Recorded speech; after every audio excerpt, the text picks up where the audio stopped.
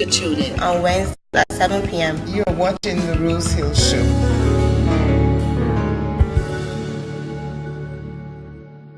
I'm Caroline Bradshaw Green. Hello, my name is Veronica Eversley. My name is Paul P. Austin, the United Progressive Party's St. James South candidate. It was indeed a pleasure and a privilege to be a part of the Rosehill Talks Politics show. I believe that as more and more of our local influencers, practitioners in politics and other sections of society participate in the show, that it will grow from strength to strength. I want to endorse the show and encourage other persons to tune in and share the links. My name is Maurice Lee. I'm the interim chairman of the Association of Public Transport Operators. It was a tremendous experience to be given the opportunity to share the aspect of public transport with the nation. Because essentially there are a lot of people that see vehicles driving up and down and are totally unaware of the things that affect this important industry. I'm pleased to tell you that you are watching the Rosehill Show.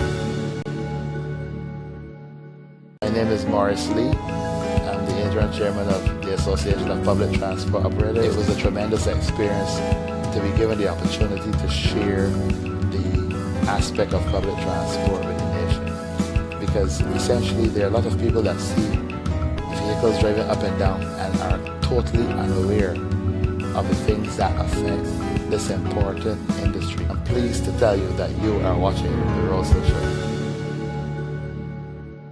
I really enjoyed being on the Rosehill Show.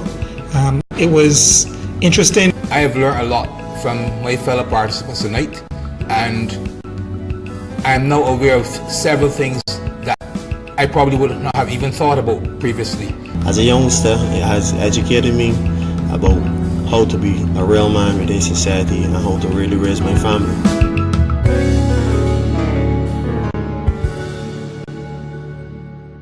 Good evening. My name is Eric Marshall. I'm the candidate for St. James Central. Mark Adamson, that is my name. I'm the political leader of the People's Democratic Congress. My reason for politics is for the need of the people. To help make this country a brighter and a better place for all people. Leroy Scanterbury, and I want to say what a pleasure it was to be here on the Rosehill Show with my good friend Apostle David Coulthrust and the Rosehill team. And I want you to know to call that number that's on the screen and let them know you're interested in being on the Rosehill Show. It's the place to be if you want to reach your target audience and if you want to take your life, your business to the next level.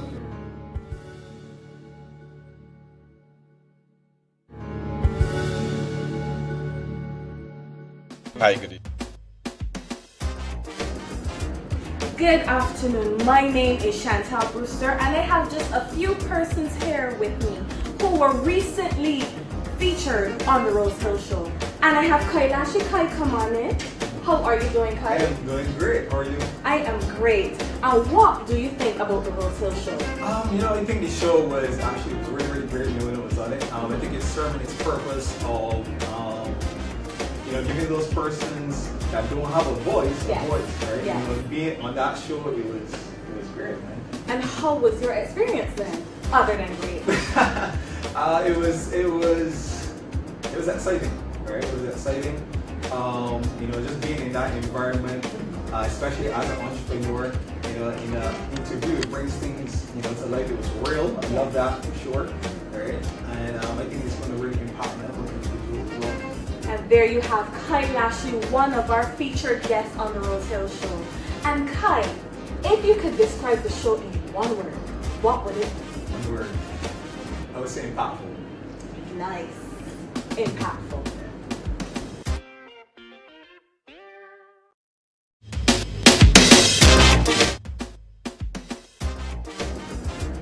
Good afternoon. My name is Chantal Brewster, and I have just a few persons here with me who were recently featured on the Rosehill Show.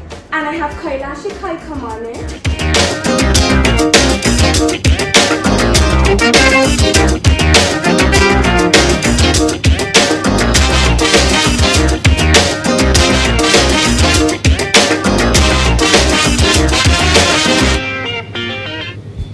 Well, good evening, good evening, good evening. It's the middle of the week, we're just about the middle of the week, and I hope that you have been having a wonderful week so far. I certainly have been. Today was a bit hot, but then the rain came in and just left a little bit. But you know, they're predicting, the weather gurus, the meteorologists are predicting that we're going to be having this year, kind of up in the activity, upsurge in the activity of hurricanes beyond last year. We are hoping that. So we're just hoping that that doesn't happen. But, you know, guys, it's never too soon to prepare for hurricanes. You can always slip over to any of the hardware stores and ask any of these people, wonderful people at these hardware stores, what are some of the things you can buy to make sure that your houses and your roofs are secured, etc. You know, this is the time to start to make the changes if you can. I know some people might be saying, hey, you can't make any changes because, I don't have any money. But it will probably cost you a bit more to replace your house. So you don't want to take those chances because, hurricanes tend to get a bit rough in the Caribbean. So you don't want to ask those questions. I'm just here sorting out some papers that are on my desk. My guest this evening is Mr. Henderson Williams. And I want you to tune in for that. Hey guys, share the video, share the video, share the video. We're going to be talking to our first DLP candidate, and he's coming from the Economic Center of Barbados. He's representing Bridgetown, the city of Bridgetown. That is the Economic Center of Barbados, and we will be asking you to just share this video and send your comments, your questions to Mr. Henderson Williams. We will be talking to him pretty extensively when we return. So guys, we're going to be switching to ads in a couple of minutes, but once again, please share the video, call your friends and tell them Rosehill Talks Politics, the most exciting show on the internet in Barbados right now, is on, and we want you to share the video. We're going to be talking to Mr. Henderson Williams, DLP candidate for the city, when we come back. God bless you. See you soon. Good afternoon. My name is Chantal Brewster, and I have just a few persons here with me who have recently been featured on the Rosehill Show. Antonio, step on in. I have here Antonio Williams. How are you? I'm good. How are you? I am great. What do you think about the Rosehill Show? I think the Rosehill Show is a very good avenue for people to display their businesses. For example, if you are a hairdresser, it's a good avenue to have a voice and show people what you can do. Yes. And how was your experience on the show? I had a great experience where I was able to display my entrepreneurship skills via my stepping stones, lawn maintenance, and giving people a voice on how to take care and maintain their property. Nice. And there we have Antonia Williams, one of our featured guests on the Rosehill Show. And Antonia, if you could describe the show in one word, what would it be? One word is limited, but I would say that the show is explosive. Explosive. Well, we are right back here at Rosehill Talks Politics with our guest, Mr. Henderson Williams. How are you doing, sir? I'm well, thank you so much. Good. Thank you very much. You are the first DLP candidate that has, you guys have been busy. You've been responding, but I know you guys are busy with when you're a minister, when you're elected. There are a lot of things that are happening in your constituency. One of the things I've discovered since doing this show is really how busy politicians can be.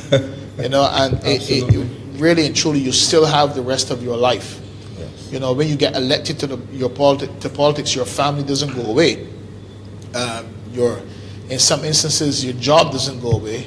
There are still things that you have to do. So I'm just getting a sense as to how busy you guys really are.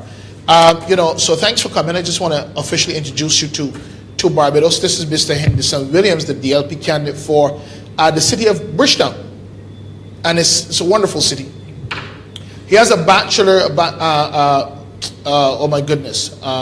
He has a degree in social sciences. Let me get my thoughts together. Masters in Human Resource Management from the University of Surrey, president of the City of Bridgetown Credit Union. We'll be talking a bit about that. We were having a conversation about that before. Director of the City Development Foundation and Cooperatives General insurance company. Good. I didn't know there was a City Development Foundation, but we'll talk about that too. Absolutely. Okay, CEO and Corporate Secretary of Needham Point Holdings and Needham Point Development Incorporated, trained EAP facilitator and financial counselor. He's driven by the belief that nation building begins with each person, but must be led by leaders with vision, optimism, and experience. That's very, very, very powerful. Yeah. So welcome. Thank you so much. You are a father of 3 wonderful children. How are they doing? They're doing well. They're doing well. Sierra is actually in the studio here with us. Okay. And hello. Hi. I met her upstairs. Yes. Yes. And there's Sierra. Sierra is the eldest one. Okay. So when we say hi, Sierra, they don't know if I'm saying Sierra or Sierra. Okay. That's good. And then Malik is last and the youngest of them all. How old is he? He's about a year and a half now. So how have they adjusted to this? Well, a year and a half he's not adjusted to his school. Yeah. But how have he loves them all, and I think it goes the other way as well. There's reciprocation in that regard. There's a serious gap between Sarah and Sierra, like 10 years. Wow. Wow. Sarah is actually at the hospital, I guess heading towards her internship. Okay. Sarah studying medicine. Yes. Good. Sarah is a athlete and she's a student at the St. Michael's School. Oh, congratulations! Yeah, right, good. And Malik is taking his first leadership steps at the university. He's controlling. So he's having a good time. Yeah. So, yes. Yeah. Yes. Okay. Good stuff. How has it been a parent, and running in this race? How did they respond to this? I think the important thing is that you have to speak always to your children, right, and let them understand some of the challenges that you have. I was always very busy, so this, politics kind of adds another layer of being busy. But the other thing about political environment is that you have so much trust thrown at you. A lot of it, not true, but people tend to throw things at you, and sometimes they throw things at your children because in the limelight. So everybody wants to know everything about you. What do you think politics is so, I want to be bold in saying it's unnecessarily dirty? The thing about it, I am a student of political science as well, and I recall one of the lords saying, that power corrupts, and total power corrupts totally. Yes. So sometimes in the search for power, people attempt to pull others down. And generally, we have a two-party system. Mm-hmm. Westminster model, and the social democratic, democratic type environment. But power is something that people, relish in. At the end of the day, it's really about assisting people, doing good for the constituents. And certainly that's the ethos of the Democratic Labour Party, and something that they've built on over time. And certainly that's what would have led me certainly in this direction, to be able to give back. We'll talk a bit about that. Certainly, we do have predominantly a two-party system. Well, two parties occupy the House. Yes. But I think that we have an unprecedented number. Yeah, 7, between 5 and 7. Well, there are 7, yeah. But now, I don't think any person is counting the PPP, the Political Prostitutes Party. But that's also one. And then there are the independents, and then there was another one that was launched recently. Right. So we're probably talking about around 9 parties. Yeah. This is unprecedented. What do you think has led to so many people? I think if all of them field 30 candidates, which it's not likely to happen. It's not likely, but it may be. We are talking about almost 300 people running for, a place in the House. What do you think has led to this?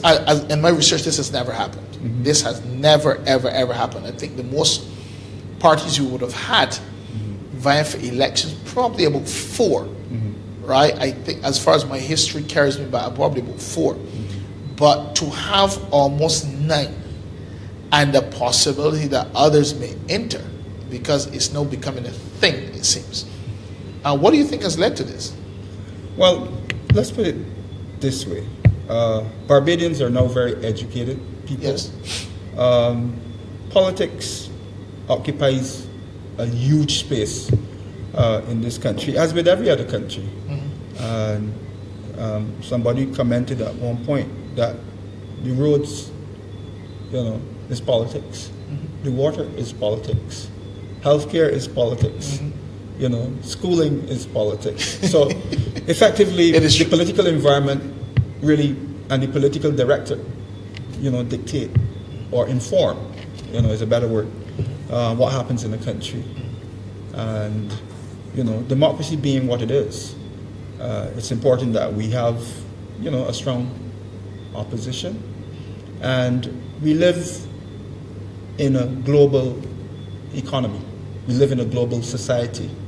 And sure, people are exposed now with the introduction and the growth of social media and Facebook and all of these various forms. We're exposed on a daily basis to a plethora of influences from across the world. And I'm sure we sit in our living room, bedroom, wherever we are, and we see what is happening in our environment here at home, here in the region, and afar. And certainly, the US, we see what is happening there. And people are becoming bolder in terms of having their views shared and sometimes getting people on board with what their philosophy may be and, going out there to represent that philosophy. Because a political party is really a grouping of people connected by, one philosophy. Ideology, right. Loose political ideology, and it goes from there. You're the president of the City of Bridgetown Credit Union, a very robust institution. Yes. And recently we've been hearing about the decision of certain banking institutions to possibly pull out of the Caribbean. Yes. What do you think about those decisions? Right. Are they founded? Right. You see, the thing about it is that we need to understand the genesis of it all. We have about 4 headquartered Canadian banks in the region. Right. And decisions, as any business, is shaped by profitability first for these type of businesses, right. Banking and financial institutions. The credit union is somewhat different in that the ownership structure and the profit maximizing agenda is not quite the same as a bank, right? But a lot has been happening in the banking sector in relation to compliance, in relation to the management of risk, and now there's a catchphrase in terms of de-risking, where financial institutions, because of the potential for penalties for having questionable accounts on their books, to break away from those and remove those kind of accounts from their books. And correspondent banking relationships exist where I may be here in Barbados, but to do business in the US, I have to have a relationship with another bank on that end. Right. And certainly they have a requirement, a legislative requirement to ensure that the relationship is a sound one in terms of whomever they may do business with. But the Caribbean, in terms of the level of profitability for commercial banks, over time has diminished. It may have been 5 years ago, 10 years ago, what may be happening in the global space, been more profitable to operate. And, those financial institution banks will look for territories where they can maximize profit. Is this an opportunity for the credit unions to slip in there and maybe, take over where the banks are markets that the banks Absolutely. are I see a tremendous amount of opportunity for the credit union. There have been some conversation going on within the movement of a credit union and bank. And if you understand the nature and the regulatory framework by which credit unions operate, it's somewhat different to the banking system, because the banks are regulated by the Central Bank of Barbados and they're regulated by the Financial Services Commission. and there is less regulation, if you want to say it that way, in terms of the credit union, and there is a restriction in terms of foreign currency transactions and checking accounts, right? But certainly with the do some of those things need to change in order for the credit union? Yeah, in order for the credit union to occupy that space in terms of a credit union bank, if it's a credit union bank, it would be regulated by the Central Bank of Barbados, and there will have to be additional regulatory, instruments put in place to guarantee the soundness of the operations, right? But that's something that the credit union is willing to undertake. We have 190,000 members. And 37 credit unions? Yeah, 190,000 members in Barbados. And we contribute to 30% of GDP in terms of the assets of the credit union. It's massive. But there's also a rate of penetration where, you may have people who, are members of both or two and so on. But the credit union, because of its philosophy and its model, has been contributing tremendously to the development of Barbados and the underprivileged in this country, and we must continue to applaud the work not only that COB is doing, but all of the other credit unions, and look for opportunity for the membership. You are in the financial services, obviously, because you're president of the COB. Mm-hmm. What do you think Barbados can do? Can this country do more in terms of attracting financial services to this country? Over the years, but offering its financial services. Really, that's what I should ask. Because over the years, we've benefited significantly. It has been a major part of our economy to offer these financial services. Can we do more in terms of attracting businesses that we can offer financial services to? Right. All right. You see, the thing about the financial services sector, back in 2007, we had the financial services sector contributed about $521 million to the economy of Barbados. In what year? 2007. Okay. Between 2005 and 2007, $521 million. By 2014, that had diminished to about $156 million. Now, that's not really the fault of the government not making an environment for maybe offshore companies. Okay. But what happened is that the regulatory framework would have changed in countries like Canada, for example, changing legislation. The US, for example, where the issues of money laundering and having money stashed in offshore accounts and what they may consider to be tax havens came under tremendous scrutiny.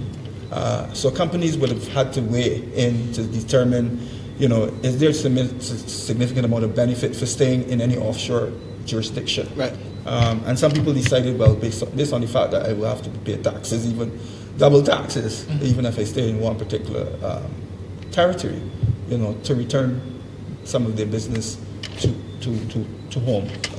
And that's pretty, a significant contributor to the reduction in FX or foreign exchange that would have been generated from these kinds of companies.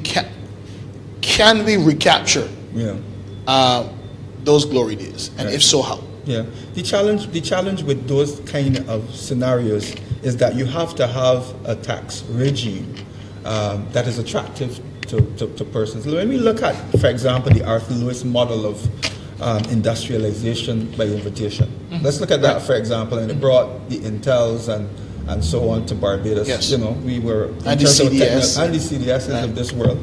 But what would tend to happen in those scenarios is that when the incentives, the tax holidays came to an end, these companies look for another environment to operate, right?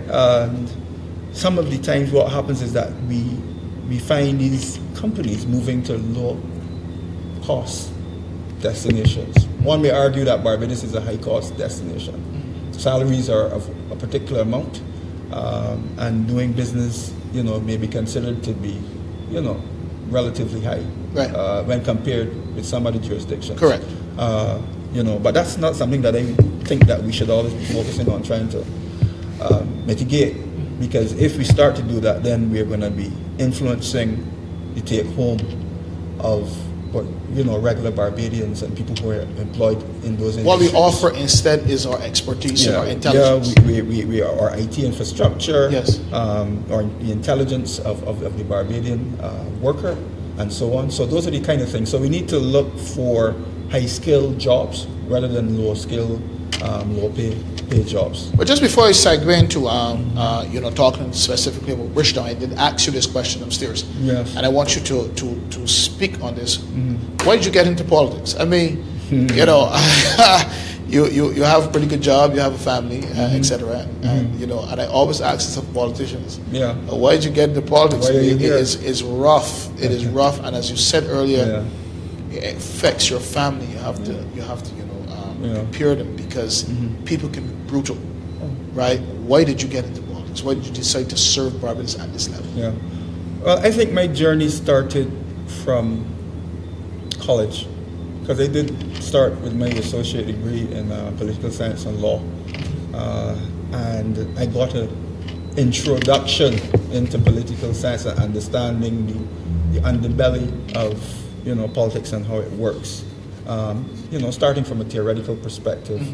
But I would technically have canvassed with 3 DLP candidates in the city. I worked with them. I served them in polling stations and so on. Certainly I worked with John Connell, I worked with Gabby, I worked with Peter Miller. So to my mind it was a natural progression.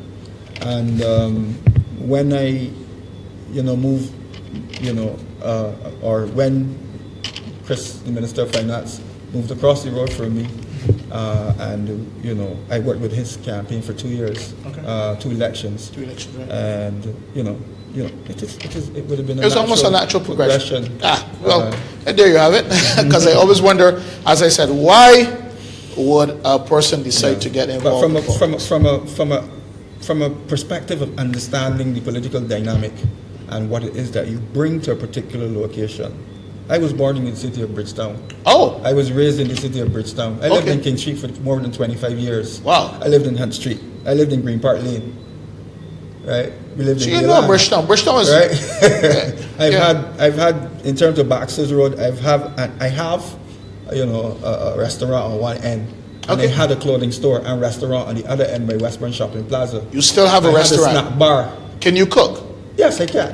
Are you a good cook? I'm a good cook. Okay, yes, you are not a good cook. I tell people at my church all the time. Yes. That I'm a second-hand cook. Yes. I warm over food. And it's pretty good. Yeah. Right? But you are not a second-hand cook, are you? Second-hand cook. Okay, good. Yeah. All right. And you have witnesses. I don't have the time to do all the cooking for the restaurant. But yeah. Okay, good. Yeah. How's the business doing? Doing pretty all right. Good stuff. Well, you're a good businessman. Yeah. And I did have a snack bar as well, right? If you come out the bottom of King Street and just go across the road. I had a snack bar there as well. So I have always been in the city doing business. I worked at, when I was at college, I worked at a mini mart, V's Mini Mart. They had a video shop and a mini mart in Baxter Road. I remember. I worked there, all right? So I've been You're a city man. around for a long time. Well, I'm glad you talked about that and you ended that segment about your decision to get into politics, talking about business, because, the city of Bridgetown generates an enormous amount of economic activity for Barbados. Employs a huge amount of people. Yes. And their number probably I don't know, well over 100 businesses, well over and thousands of people converge upon the city every day to feed their families. So I have to ask this question. Yes. I want to start from here and want to come back. Where do you see the city of Bridgetown in 10, 15 years? What do you see it becoming in 10 to 15 years? Yeah, I see the city of Bridgetown transforming itself into what I would call a metropolis. Okay. Where we have, for example, streetways that may be paved with cobblestones, eateries, and restaurants, hotel rooms. Certainly. As in hotels in Bridgetown type of living. Okay. for people in Bridgetown. The Hyatt, for example, to my mind, would be a step in a good direction in terms of bringing that activity further down. The expansion of the cruise facility and so on. The marina in Bridgetown, to my mind, would be. We're not talking about the entire vision for the Needham Point development with the marina. Is that what you're talking? Well, the marina should be where in the middle of Bridgetown, where the Costa Mannings was. That area. Okay. Behind there is really where. There was a vision years ago. I think. Well, there's a master plan that speaks to development all the way up that stretch, past Bay Street. Whatever happened to that master plan? That master plan is stretching back almost 20 years now. Yeah, that master plan is still there, and it has been revised on occasion. The physical development plan, really speaks to a Bridgetown that is very dynamic and flows into, this epic kind of a movement of people and activity. So, because Bridgetown is so busy, and because there are so many users of the space, it can become a little overwhelming in terms of the management of it. Yeah, because if you have a 24-hour operation, if you look at a store that is open 24 hours, we don't have a tremendous amount of them. But look at a Walmart, for example, for those Barbadians who travel. You have to be constantly refilling. You have to be constantly packing. Even closer, a hotel. If you have a hotel that is constantly in use, you have to keep refreshing. You have to keep adding things to keep the interest. The challenge with an area like Bridgetown is the government now has to take the responsibility for doing all of that, unless you have the merchants in Bridgetown taking responsibility not only for their little space, right, but understanding that by extension, persons who come and utilize their space and participate in, purchasing from them, etc., utilize and affect the larger area and make a contribution. Has Bridgetown been properly developed? And I am asking that question because we're talking about merchants and we're also talking about people that occupy the space, like vendors. And very often, we have markets that are built by vendors that don't necessarily occupy those spaces. Has it been properly developed over the years? because of the origins of Bridgetown. Bridgetown has a very rich heritage, and from historic Barbados, historic Bridgetown, moving into a neo-cultural area and space, the transition can sometimes be a problem, because if you have an architect, if you have a blank page to work with, you can determine that before a street would have been 10 feet across, but now you need 25 feet across, and so on. But because it's already been in existence, and you have to work with the clay that's already been set, development can sometimes be challenging. And I think that's one of the issues with Bridgetown. But we have to work around it, and we have to embrace the history of Bridgetown. The UNESCO designation of historic Bridgetown is something that it's a plus for the city, but we need to do more in that so that we benefit and we sell it. There are some people that look at that designation and say it can limit in terms of your ability to develop this metropolitan type city. Do you see it as a limitation? To some extent, from the perspective that certain developments will have to be approved by UNESCO, or you don't retain the designation.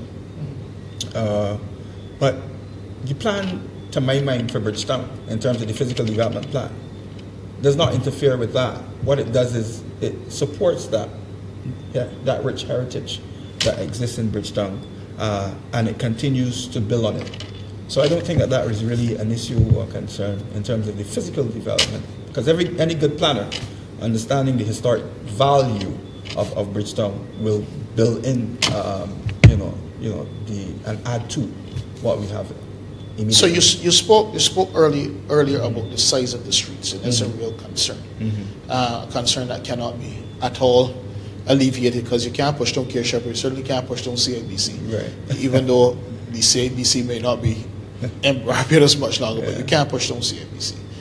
And in any given day, Bridgetown is swamped with traffic. Swamped with traffic. And you know, the pollutants are going up in the air. There's squash between buildings. You know, there are a number of questions I can ask of that, but what I want to ask, we talk about noise pollution, we talk about risk to health, etc. Should traffic be removed from Bridgetown?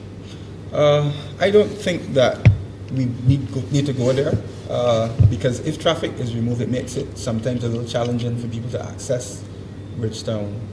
And, you know, because I think that's all part of it.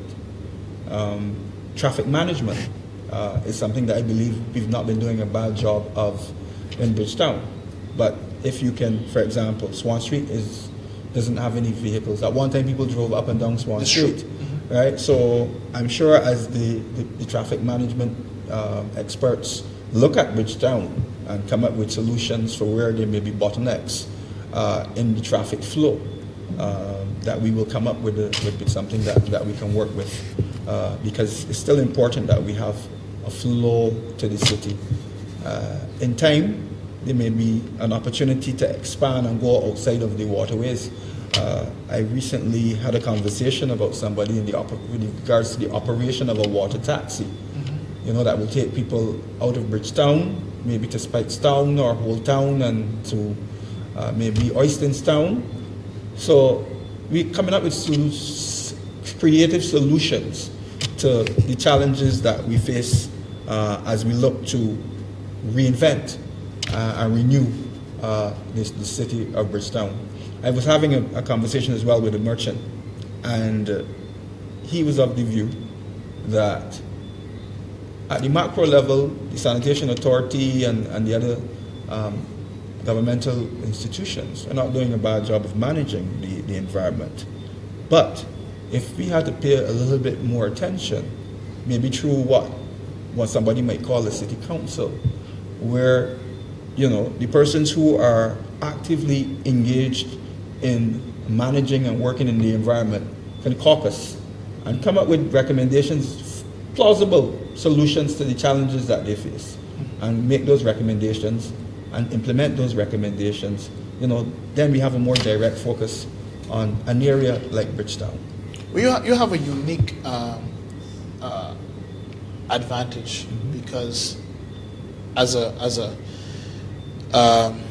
politician, you've lived there, you grew up there, you spent a large part of your life there, and also you have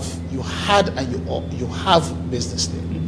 So I wanna ask you, what are some of the challenges that you find that businesses face in Bridgetown, and what are some of the solutions to those challenges? Well, I think the issue, well, with the introduction of maybe an area like a Warren's and the mall life of Sheraton's of this world and so on, persons who may not be in for the hustle and bustle of a main city will tend to divert, as long as they have transportation. And with the movement away from central town of some of the major offices and so on, the capacity to earn may be diminished in some ways. But of course, it's all about what it is that you offer, what is it that you're selling. And as a business, you have a responsibility to market your business. You have a responsibility to understand your customer and your client and find creative ways of attracting them and keeping them, right? So you will have a situation where some businesses exit, you know, Bridgetown proper. But at the same time, as business owners, you have to find creative ways of keeping people in Bridgetown. And certainly if we look at Baxter's Road, for example, right. One of the things that we did recently in August last year was to what I call the rebirth of Baxter Road Mall. And we brought a tremendous amount of people back to Baxter's Road. This was something that didn't happen for maybe the last 15 or 20 years. and we held it. And certainly Baxter's Road suffered as a result of oysters. Right, but Baxter's Road and the fish vending in Baxter's Road has its own unique character and flavor. Right, so it has to be, that we are focused on that. But if we have so many little things going on, the persons who are charged with the responsibility for overseeing those particular locations have to be engaged around solving the problems that come up. I need to ask, do you think that doing business in Bridgetown is from a rental perspective is too expensive? Well, that's one of the challenges, is that with the introduction or the increase in mall rental space and so on, what may happen is that the price may be prohibitive for somebody.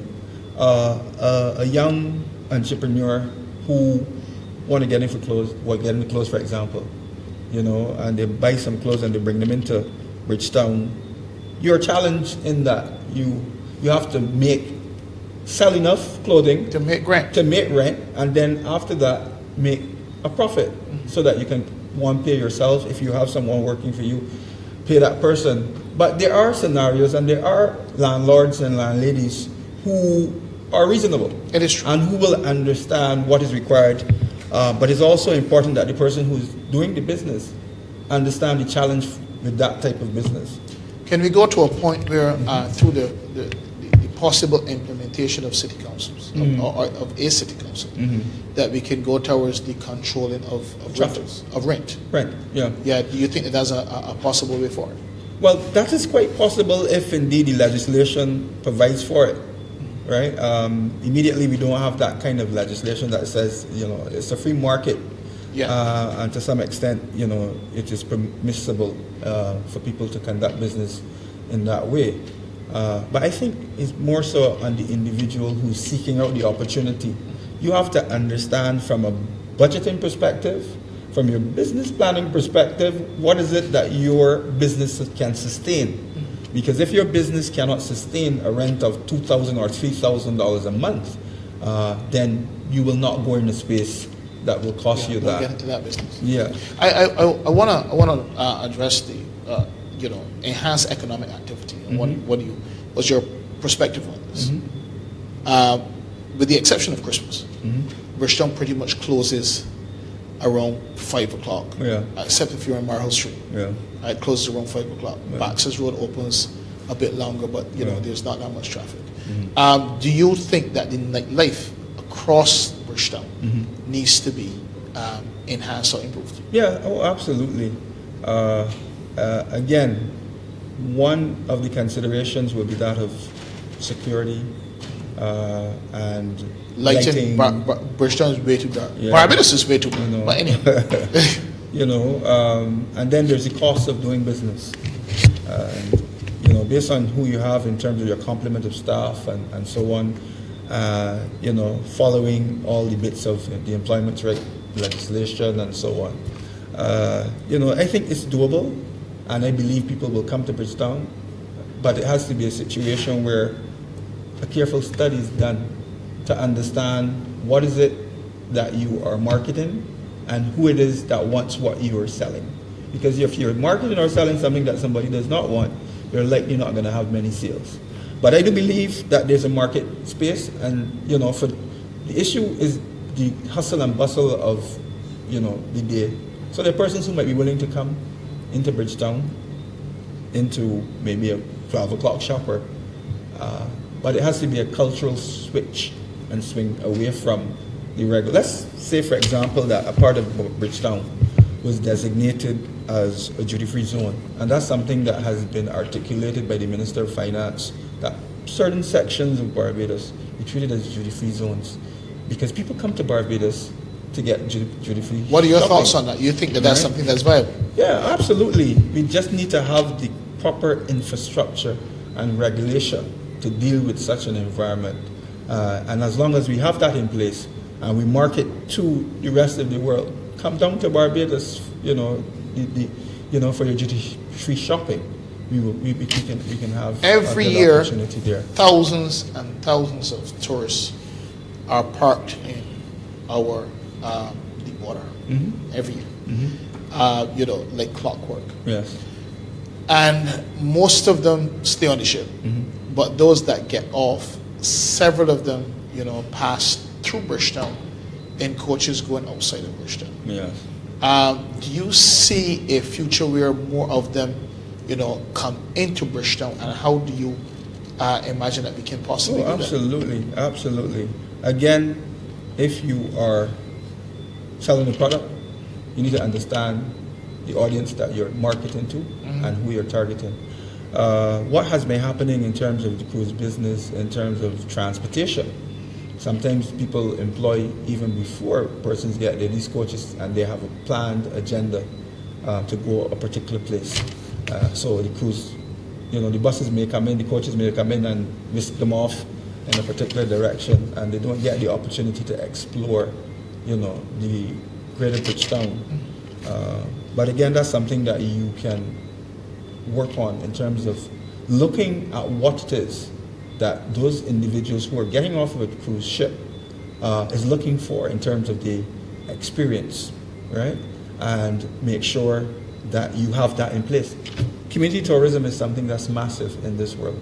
There are people who go across the world to experience culture, to go and sit down in a family's house and maybe have lunch with them, just to explore culture. Airbnb is, kind of a, segue in that regard, because people will tend to sometimes do the Airbnb and live in someone's house or a rental space rather than do the commercial hotel, because they want to experience a little more of the culture of the country. With that in mind, is there greater room for initiatives such as the Rihanna Drive to really highlight, our absolutely. Our heroes. There are a tremendous amount of talented persons would have seen their origins in Bridgetown, and sometimes we don't recognize that enough. Sometimes we don't brand it enough. So Gary's space there where he came from in the Bayland, his family house is in the Bayland. Wow, right? So those kind of things are things that we can package, and we can market and sell to other persons because of the rich culture of Bridgetown. Jackie Opel, for example, the Gabbies of this world, and so on, in terms of the contribution to the creative sector and so on. They're all there. We just need to put our heads together, come out with a plan in terms of how we will improve what we're getting out of. Do you think that our squares and our spaces are underused? So you have Queen's Park, you have Independence Square, you have Heroes Square, you have Jubilee Gardens. Do you think those things are underused? Yeah, I think that in some regard, our green spaces may be underutilized, but in some cases it's really maybe the distance that it would be away from some city dwellers. But I'm still of the view that there's a need for us to create more green spaces, beautify our environment, because as we beautify our environment and we go and we enjoy our environment, we feel more part of it. We are more creative, working in a space that is alive. Do you think that there's room for more people living directly in the city? I mean, in your broader vision of what the city could be? Well, absolutely. In terms of the movement away from what we may consider to be one-story properties and to a high-rise scenario in some cases, the space that is occupied, for example, for one or two houses, if you have a development that you can hold a lot more persons there for hotel space, for example, it creates an opportunity to have more persons enjoying. But there have to be, additional work done so that we don't create an environment where, we have people clustered together in an unhygienic way. It has to be planned, it has to be thought out, and it has to be, a kind of a synergistic relationship going on. I like that. We'll stop on that point. We'll come right back. We've been talking to Mr. Henderson Williams, the DLP candidate for the city, and we've been talking on a broad range of issues, specifically zoning in on the city and his vision for the city over the next 10 years, business development. We've touched all those things. When we come back, we touched tourism, we touched the green of the area, the possibility of increased amount of people living in the area, lighting the area, etc. When we come back, we are going to spread outside of Bridgetown and begin to talk about the wider environs. You are watching Rosehill Talks Politics. We will be right back.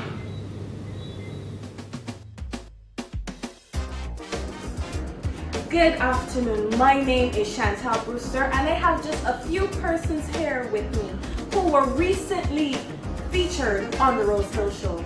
And I have Kailashi. Kai, come on in.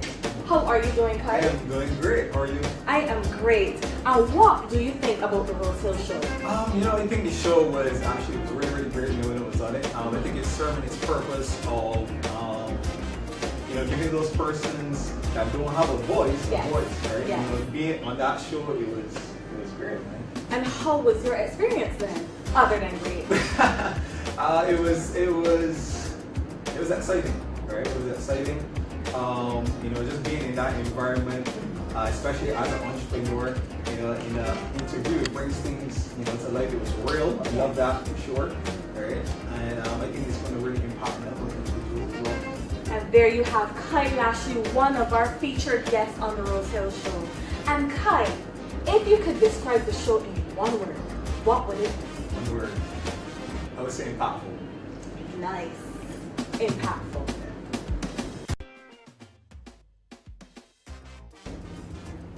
Good afternoon. My name is Chantal Brewster, and I have just a few persons who were recently featured on the Rosehill Show here with me today.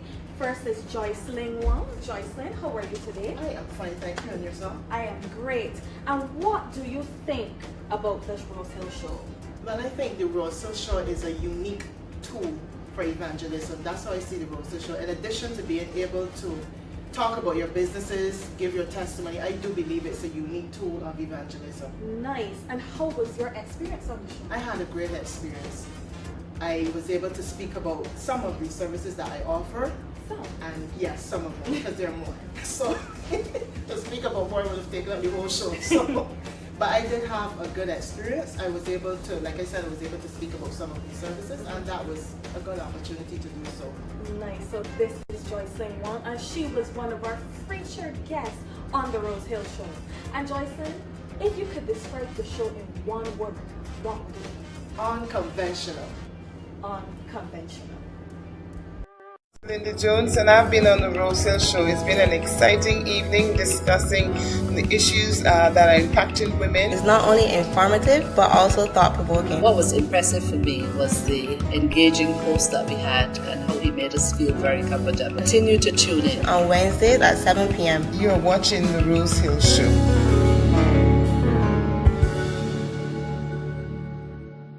I'm Caroline. We are right back having a wonderful conversation with Henderson Williams, candidate for the city of Bridgetown in the upcoming elections.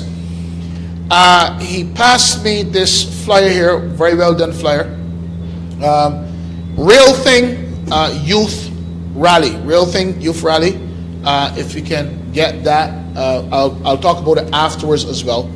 But Real Thing Youth Rally under the patronage of Henderson Williams, Saturday, April 4th. That's this Saturday, isn't it? This Saturday. Yeah, Anderson, the time is just flying. It was just Christmas. Yes, it was. My goodness. All right, Saturday, April the 14th, 10 a.m. to 5 p.m. in Queen's Park. Food, music, and fun. Real Thing Youth Rally under the patronage of Henderson Williams.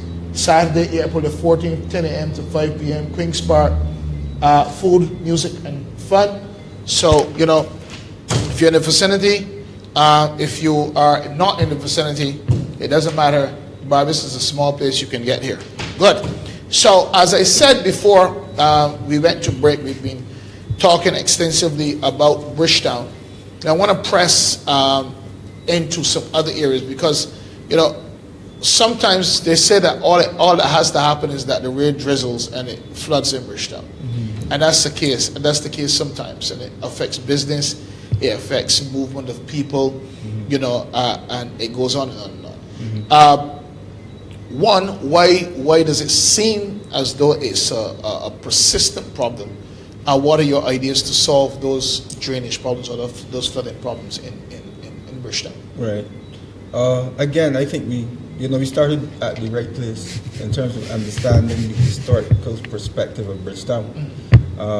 Bridgetown is well traversed.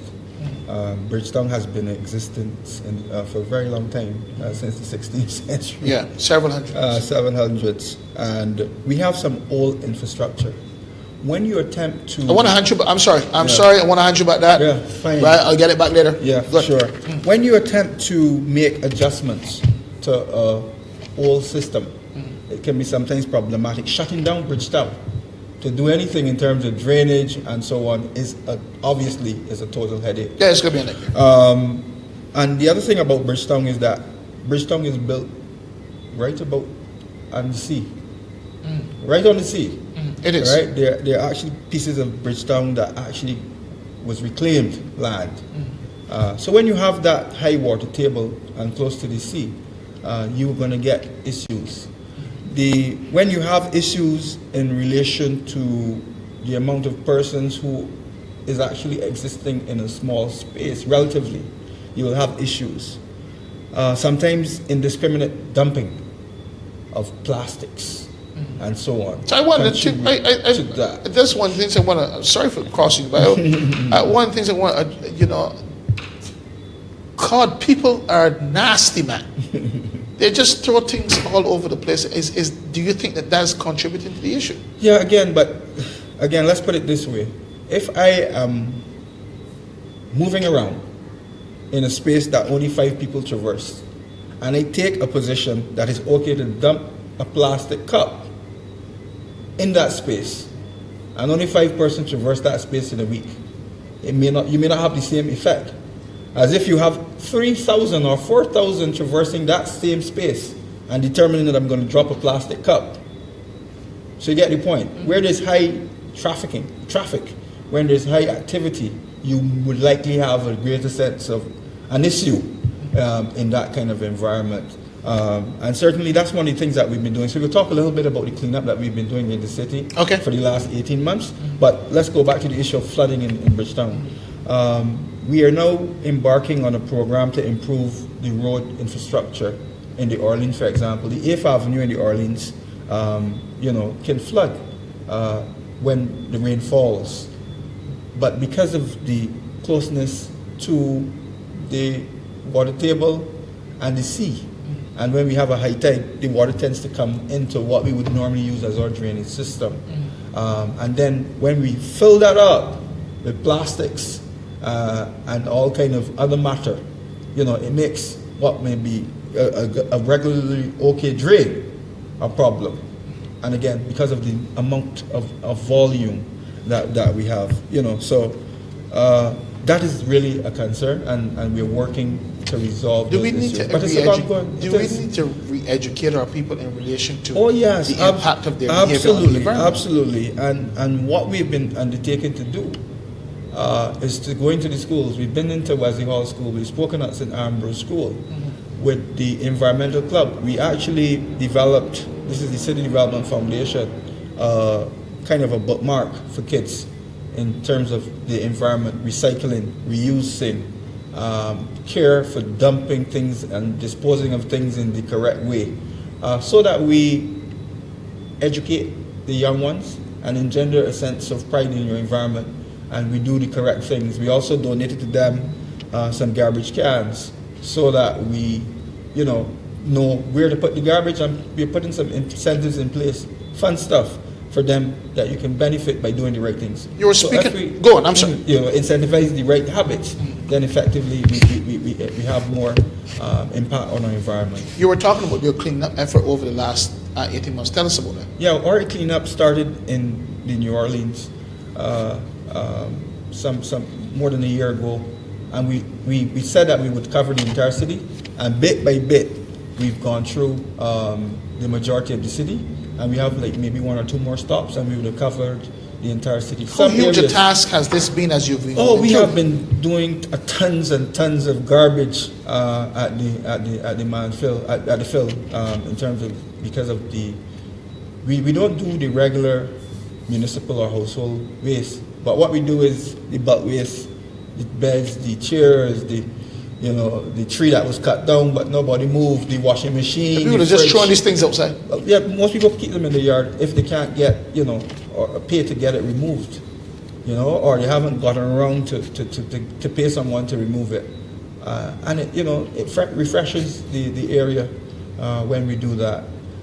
We've given persons, seedlings and encouraged them to do some, urban farming, plant in small areas, do our 1 or 2, sweet pepper trees, some chives, and so on.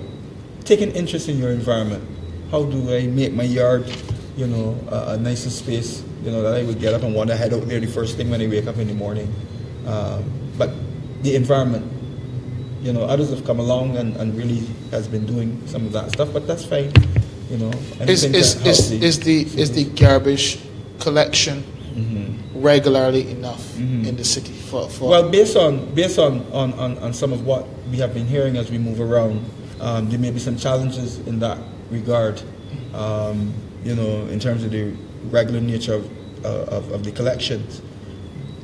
But in Nelson Street, for example, and that area, sanitation is doing a really good job because they have, the skips in place, and then they have actually a bobcat that comes and clean the area.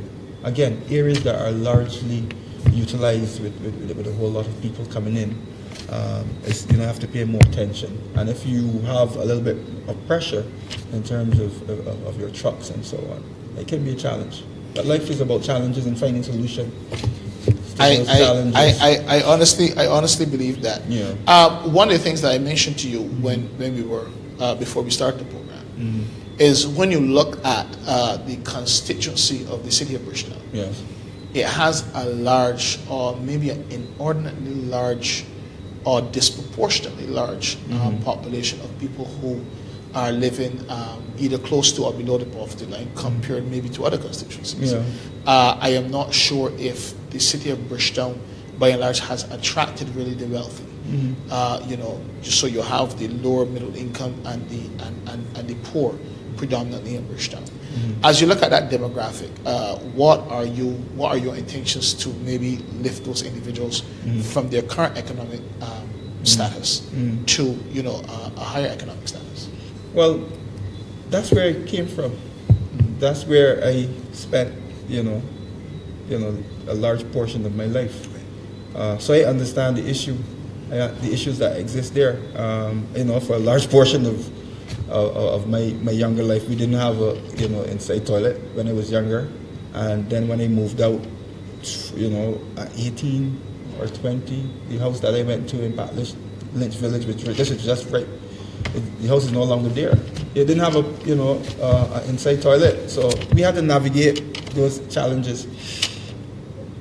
Because of the dense population of cities, people will tend, who have the capacity or the earning power or the money to get a larger lot, will probably go outside of the city. Okay. And that's one of the realities of city living.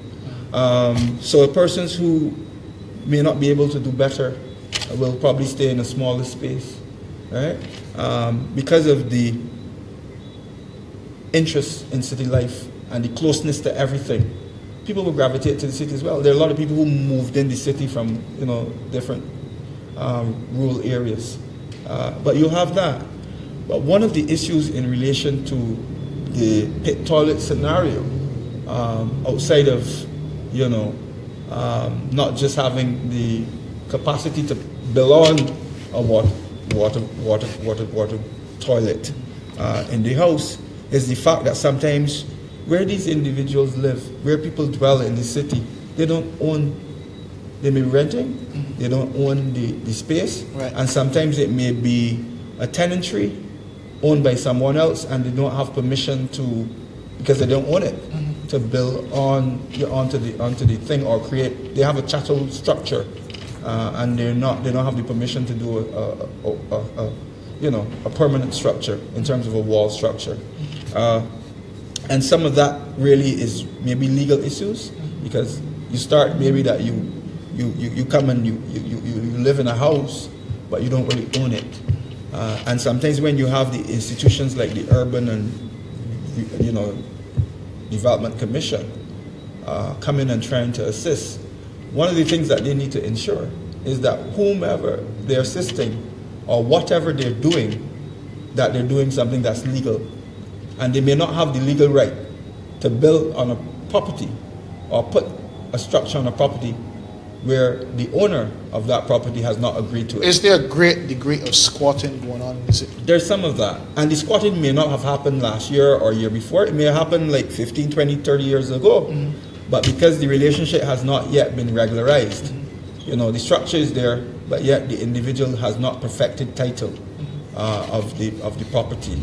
And those are issues that are real to people, and that's something that we have been tackling as we go about the constituency in terms of creating solutions to the problem that people face, that city dwellers face. I know that the task of dealing with the city is not in any way easy. But I want to push back at this question. Yes. Right? Because I want to really give you a chance to ventilate your ideas. As we look at the people in the city, how do we? And I know that this is not necessarily easy to answer, right? But how do we move them from where they are economically to a better way of life? Well, the credit union has been doing that for a long time. Well, talk to me, sir. The credit union has been doing that for a long time. Okay. And whenever I get the opportunity, and I've joined up, I would say hundreds and thousands of people to the credit union. I started at CDS in the credit union. I've been a member of COP for in excess of 25 years, and more than that. And everywhere along the line, in terms of my development, the credit union has served me well. When I was at university and I bought my first vehicle, which was this ugly blue Lada. You know those Lada vehicles? I remember. You remember those? I remember. I had one of those things that used to break down on the highway. Yes. So I had to call for help. Right? But I bought that for $1,500 and I got a loan from the credit union to do it. All right? And every step of my development, the credit union has been there for me. And it has been creating opportunities not only for me, but a lot of people who live in the city. And not only COB, but other credit unions, maybe public workers and some of the other ones, teachers and some of the smaller ones, right?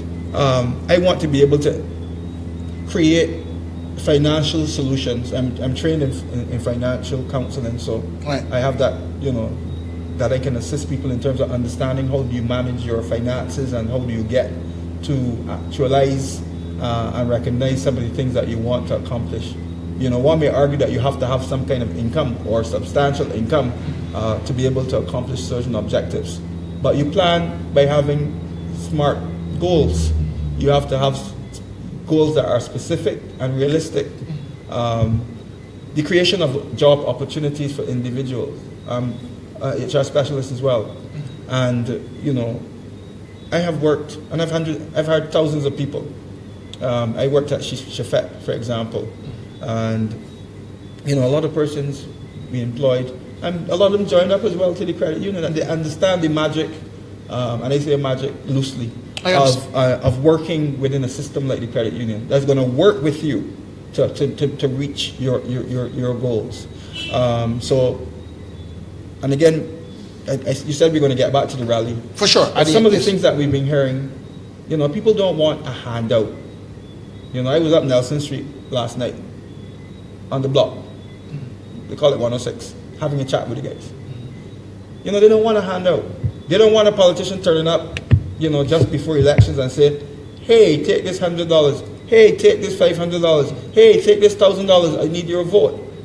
They don't want that, right? They want a politician. They want somebody who can stay with them throughout their life journey and work with them in terms of creating solutions to daily challenges that they face.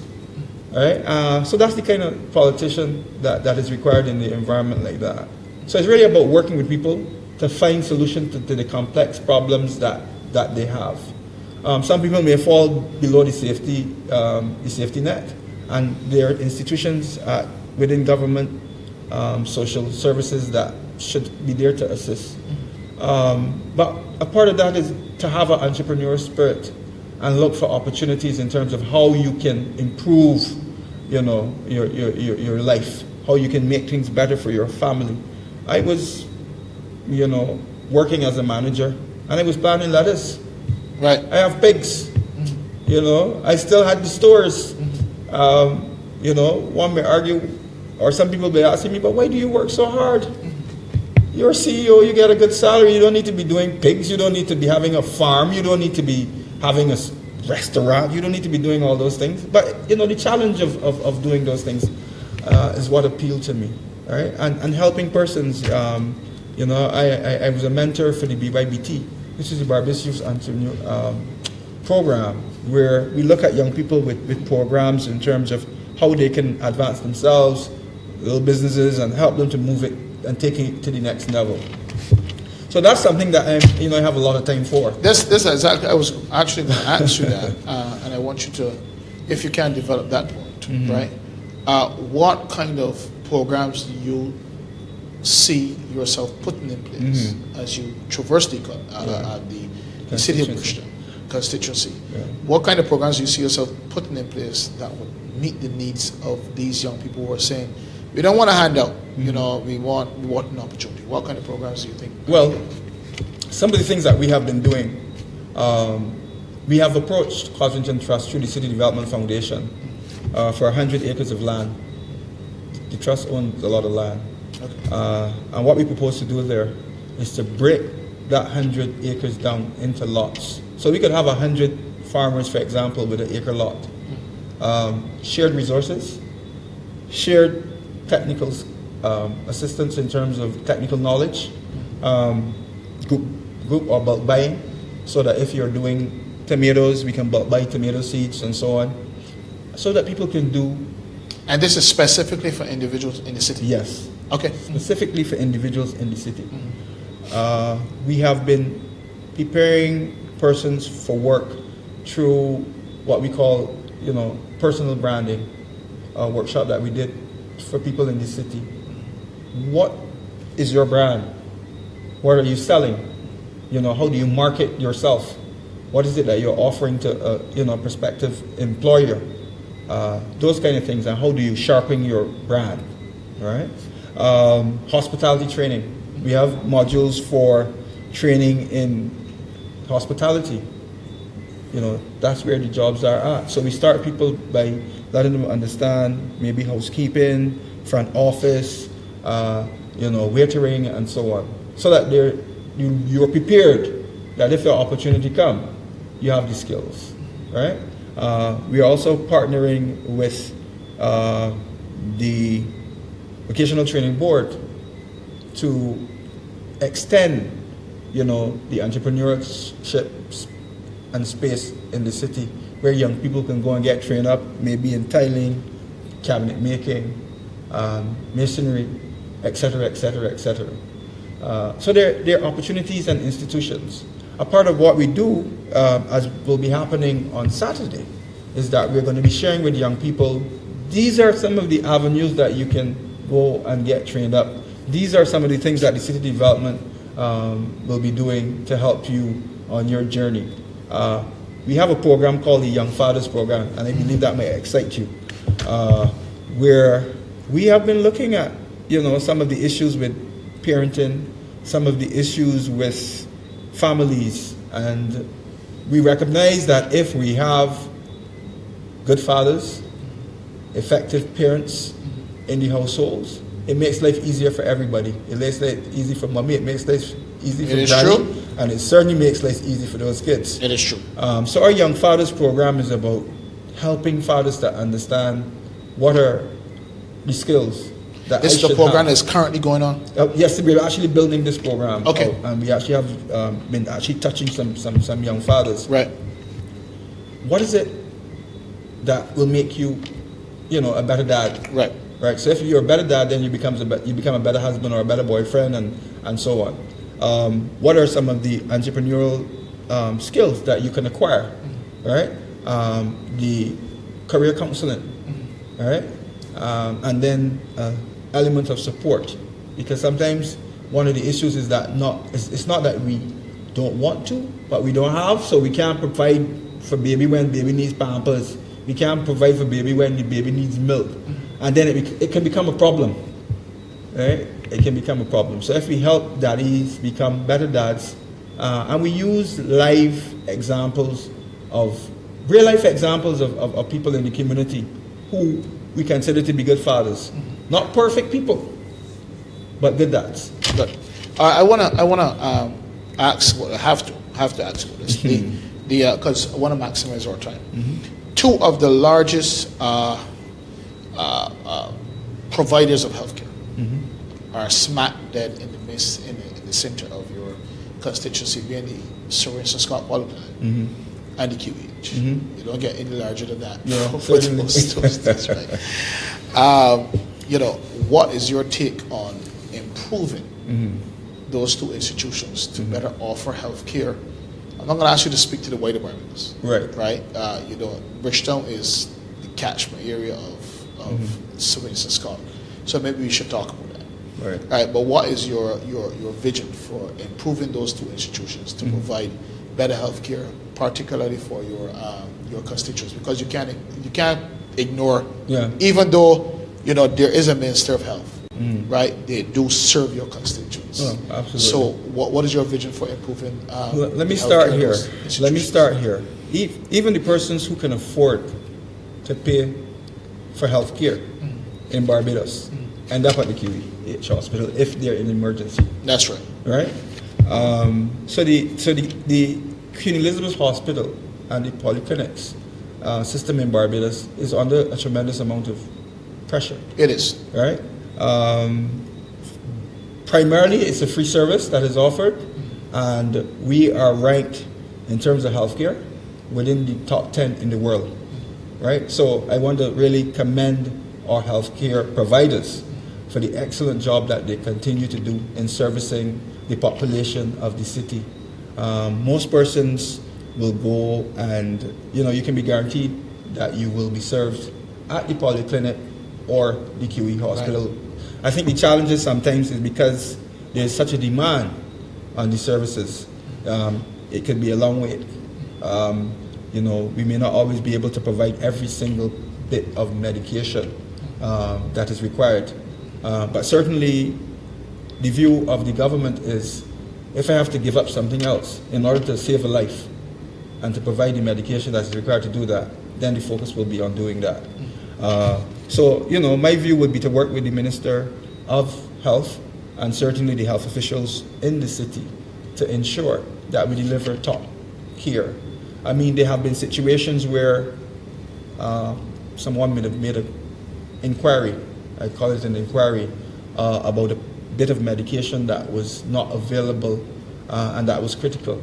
And an intervention to the minister would have seen that being available. And that's tremendous, right? Because, I do believe that we are trying to do a really good job in some cases in a tight, fiscal space. Okay. Well, we have just about 10 minutes left. The economy. We've talked about redeveloping Bridgetown. We've talked about improving the QEH. We've talked about all these programs. Nothing can happen without, well, it can, unless if some person you have a benefactor. But the economy. We have had several debates. Yes. Right? What are some of your ideas to get us out of? If the Democratic Labour Party is re-elected and you're fortunate enough to be a part of those 30 persons that are serving us in the House, what would some of your ideas be to lift us up from where we are? Right. Let me start by kind of digress a little bit, and then I'll get right back to the question that you've asked. Barbados is a very narrow, open economy. And we have had what I would consider to be a severe shock in terms of the global economic crisis that has faced us for a few years. Right. Barbados has now been seeing growth, small growth, but we've been seeing growth. And what has been happening in the environment is that when you have a recovery, people predict that, you know, it might be a V-shaped recovery, or it can be a U-shaped recovery, or you may have a double dip. The verdict is out really in terms of what the economist is saying about what has transpired in the world economy. Can't right? predict the future. The Caribbean itself has been downgraded. There's not one single sovereign in the Caribbean. The strongest ones in the Caribbean has been downgraded. Trinidad, Jamaica, Tobago, one would say that the economy almost collapsed, right? So Barbados, to my mind, we are challenged, but we are still working on solutions to face that challenge. You know, the deficit that has been pretty deep is now maybe like 4%, cut by a third, based on, you know, some people say the taxation is a little hard, and it might be hard, but I often would say I would prefer to take a little bit less than to face, you know, a 50%, you know, reduction in my standard of living. But because of the nature of our economy that is very narrow, we are driven by tourism. We are driven by FX in terms of foreign currency coming from the offshore sector. But I think we had a little discussion in terms of the tax regimes of the world and how it has impacted on our capacity to earn in that sector. Manufacturing is pretty much not, you know, that high. And then when we look at food security and agriculture, we have been importing a whole lot. So our dependency on fossil fuels is also something that we need to look at as well. So if we can do more in terms of our outputs, we've moved away from a monoculture of tobacco into sugar, and now we are really focusing on tourism. But if we can have some other things happening in terms of restructuring of the economy, to focus more on a wider set of inputs into the economy that will be fueling the growth of the economy and fueling the ability to earn our way in the world, then certainly that is going to take some of the pressure off of tourism. We've been doing exceptionally well. We have, you know, this year is a record year in terms of our tourism receipts, right? So if we can do more in terms of manufacturing, if we can do more in terms of lessening our dependency on fossil fuels, if we can do more in terms of exports, if we can do more in terms of in terms of our imports, and focus more on producing more stuff locally, then I think we're going to do a lot more. How do you see the government? And when I say the government, I'm not talking the DLP, the government as in the institution of government, whoever occupies the seats. What do you see them doing more to create a more vibrant manufacturing sector? What do you think that they need to do more? Yeah, I think one of the issues with manufacturing is technology. Okay. When you have a situation where the technology we are competing with the rest of the world. It is true. Yeah, and if our technological infrastructure is not on par with what we're seeing, I mean, we have manufacturers who do excellent furniture. For example, if you do a BMX, you can see some of that. The challenge is that they don't always have the economies of scale to produce the quantity that is required to make it really feasible and sustainable. A hotel, for example, that wants to get 50 beds, you know, to do that here, it will take forever, almost, because of the capacity of a small manufacturer, right? But if government, and they have incentivized these manufacturers and focusing on import, we've been doing a lot there. I think it's Carmitas, where they're now doing this cassava flour and a lot of stuff and I'm seeing the packaging, and it's very, it's enticing. It's a step in the good direction. But because of the economies of scale, here you can get something that will be produced maybe in the U.S. For a fraction, or China, for conversation's sake, and a lot of the stuff that you see with that comes from U.S. companies do come from China. Of course. Right? And all those things are factored in. The cost of production and so on, all of the overheads and so on, and labor costs and so on. So I don't think that is a situation where government has not done enough for manufacturing, but I think more can be done in terms of training up manufacturers so that the issues in relation to the economies of scale no longer becomes an issue. Do we need to have a greater does government need to have a greater comprehensive policy in relation to the development of the alternative energy? But certainly the government has made tremendous strides. I mean, no other government has done so much in terms of the regulation and the trust towards alternative energy. We've seen, the solar energy being utilized to the max. We're now seeing people being outfitted with solar on the roof and so on, and PVs are taking over to some extent, right? So, there's more to be done, but those decisions have a lot to do with maybe the private citizen who would take an initiative to do that. But there have been initiatives. There's a tax exemption for persons who outfit their houses and so on, or business with PVs or some solar. So yeah, solar cars are on the plate and all kind of fancy things. We've talked a lot about we've talked wide and large. We've covered a lot of subjects. Our night would not be complete unless we speak a bit about your opponent, Natalie. Oh, Natalie. I have to bring it up. Right. She's entered this race and on convention. Mm-hmm. What are your thoughts on her candidacy? Yeah. I don't do too much in terms of speaking of other candidates that I really don't know, because I can speak maybe more about the MP. Okay. Because as I traverse the constituency, there's a lot to be said in terms of what has been or has not been done. Because of the newness and the of Natalie to the political environment, a lot hasn't been done.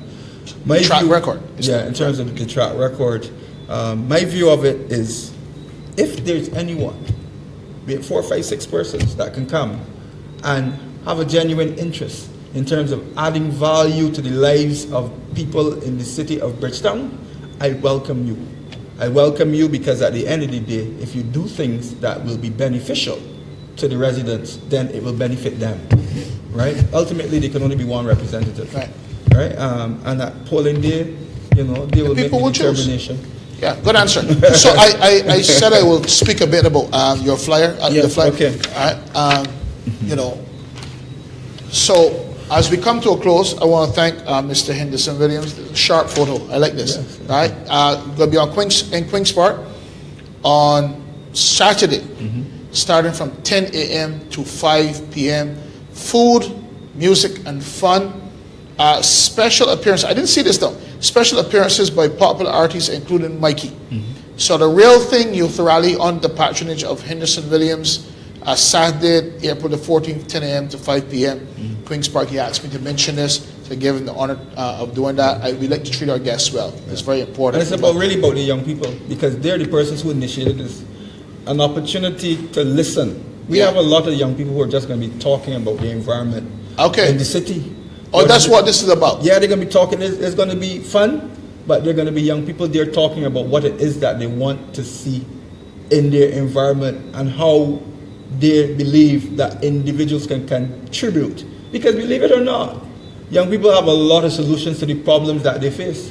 So it's really a conversation that has started with young people. We're going to have, the YWCA is on board with us. Okay. And they're going to be seeking to recruit some volunteers for their effort. They do the breakfast program, and they feed and assist in feeding a lot of young people in the city, other constituencies as well.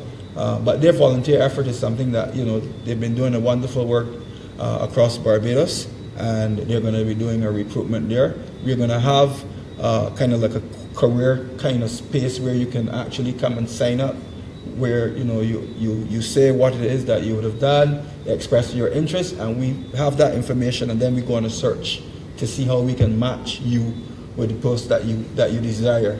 All right. So a lot of information, a lot of exchange with the young people. Real thing. Good point to end on. We have been speaking to Henderson Williams, candidate for the city of Bridgetown. We've covered a lot of areas. God bless you and your efforts. And this is, as I said, an unprecedented election, and we wish you all the best going forward. Well, thank you so much. You're most welcome. So that's it for another night of Rosehill Talks Politics. Thanks for joining us. Next week, we're going to have other exciting guests as we plunge towards our election day. Please remember that we're going to be covering elections comprehensively on when the bell is rung that date, whenever it is. It has to be before the 6th of June, or on the 6th of June. Well, definitely. Good. Before that. Right.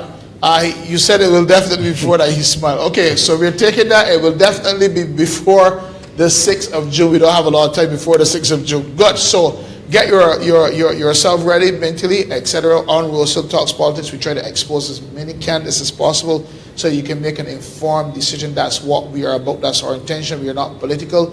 We are Bajan. We are trying to just show you who is out there and who's being offered as candidates. And once again, I want to thank you for joining us. Mr. Henderson Williams doing a great job tonight in this interview. Covered everything very comprehensively. So, as I said, I want to end on this point. Once again, we are going to be covering elections comprehensively. From the time the polls close at 6 o'clock, we're going to be going live, and all of this is going to be changed. All of this is going to be changed. We're going to be having a wonderful set. You're going to think that you're watching CNN News. Trust me, it's going to be on that level. Joining us for that evening will be partnering us with the CETA Radio. They're going to be joining us from 7 p.m. and also Praise FM in St. Vincent. So you're going to find us right here on the Rosehill channel on Facebook and on YouTube as well. But we're going to continue to give you all the information that you need leading up to that day. God bless you. Have an exciting week and join us next week, same time, same place. See you next time.